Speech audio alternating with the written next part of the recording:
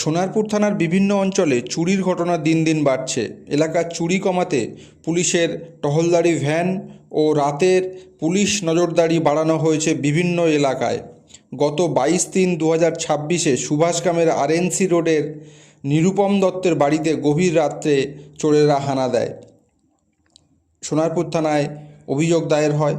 সোনারপুর থানার অফিসার জয়দেব দাসের নেতৃত্বে বিশ্বজিৎ সরকার একটি টিম গঠন করে চোরেদেরকে পাকড়াও করে এবং 3জনকে গ্রেপ্তার করা হয়। ধৃতরা হলেন ধ্রুব বিশ্বাস, অঙ্কিত বর্মন।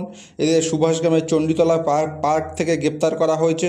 সৌম্যজিৎ সরকারকে মল্লিকপুর থেকে গ্রেপ্তার করা হয়েছে। চুরি যাওয়া সামগ্রী চোরেদের কাছ থেকে উদ্ধার করা হয়েছে। তার মধ্যে ছিল সোনার চেন, বালা এবং কানের দুল। ধৃতদেরকে বারুইপুর আদালতে পাঠানো হলে বিচারক তাদেরকে পুলিশ হেফাজতের নির্দেশ দেয়। আপনারা সঙ্গে থাকুন বেঙ্গল টুডে। আমি আপনাদের সাথে শশাঙ্ক মণ্ডল।